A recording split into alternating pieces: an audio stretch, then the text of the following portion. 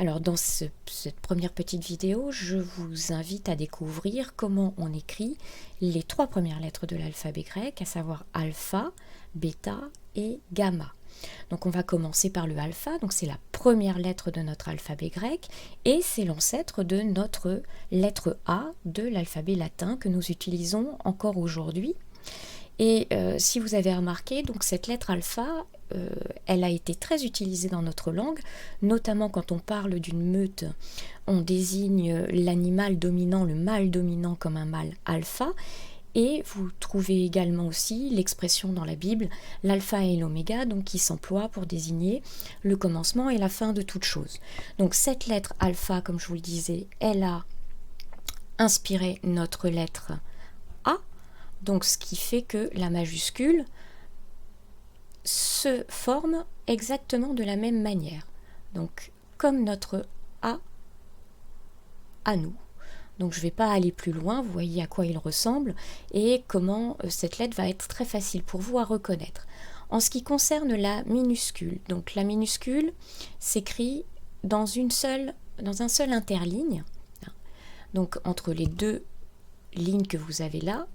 Donc je pars d'en haut, je descends vers la gauche, je remonte en formant une boucle, je croise et je termine donc en bas au niveau de là où j'ai commencé à former ma lettre. Donc je recommence, voilà, hop, encore une fois, donc je descends, je forme ma boucle, je croise et je termine en bas.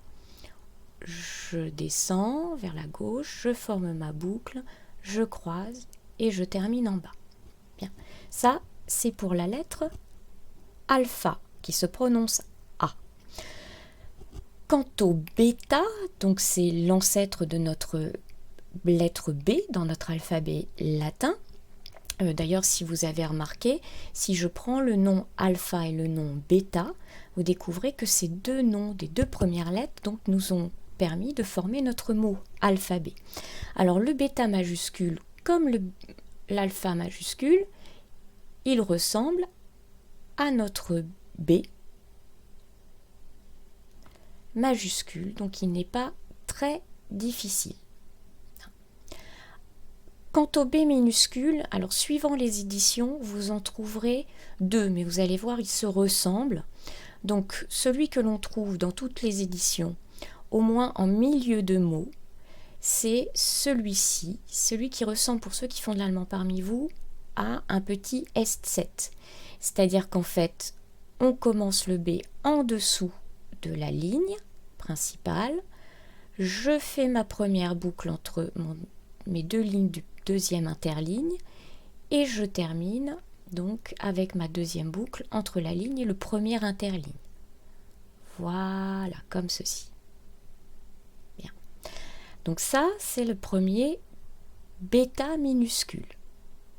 Bien.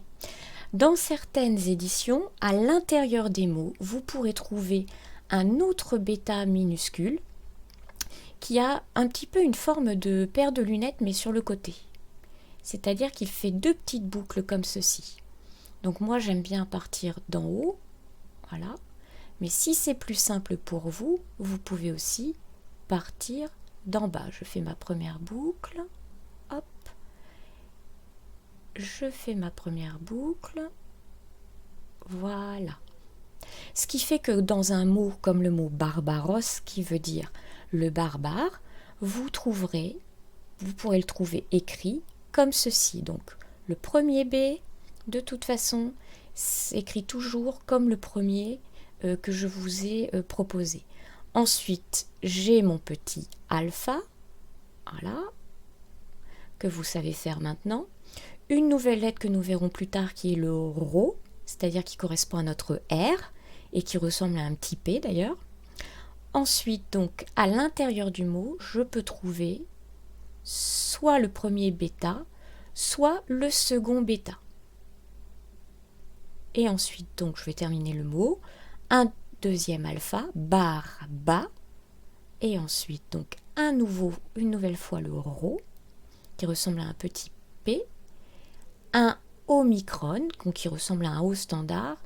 et os, donc un sigma minuscule qui ressemble à s'y méprendre à un S, hein. Sauf que vous voyez qu'au niveau de l'interligne, la boucle du bas sort et va au-dessous de la ligne. Donc voici pour notre bêta. La troisième lettre de l'alphabet grec, elle donc s'appelle le gamma. Elle se prononce G, hein, donc comme un G, mais un G dur comme vous pouvez trouver dans le mot guitare par exemple. Et c'est l'ancêtre de deux lettres de l'alphabet latin, à savoir le C et le G. C'est pour ça qu'en latin, par exemple, si vous trouvez le prénom de César, donc qui s'appelle Caius, de temps en temps vous le trouvez sous la forme Caius, et d'autres fois vous le trouvez sous la forme Gaius, avec un G. C'est parce qu'en fait, effectivement, ça provient de la même lettre grecque.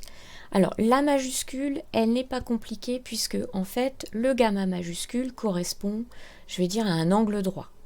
Donc, ma majuscule, elle est très simple. Voici un gamma majuscule. Donc, vous voyez, ça n'est pas difficile. Donc, je fais ma verticale et ensuite, je fais mon angle droit. Ma verticale, mon angle droit. Voilà un gamma majuscule. Le gamma minuscule, lui, est un tout petit peu plus compliqué à faire et en même temps, il rappelle un peu un alpha, mais on dirait un alpha qui fait un plongeon canard. Alors si je vous dis ça, c'est simplement parce que pour mémoriser les lettres, c'est bien toujours d'associer des lettres nouvelles à quelque chose que vous connaissez. Ça va vous aider à les mémoriser. Donc voici ce à quoi ressemble un gamma. C'est comme un alpha, mais qui aurait effectivement décidé de plonger à la verticale. Donc ça n'est pas très compliqué. Vous voyez, je pars de la gauche, je descends en formant une boucle et je remonte vers la droite. Et je remonte vers la droite. Donc voici une manière relativement facile donc de dessiner notre lettre et je remonte vers la droite. Bonne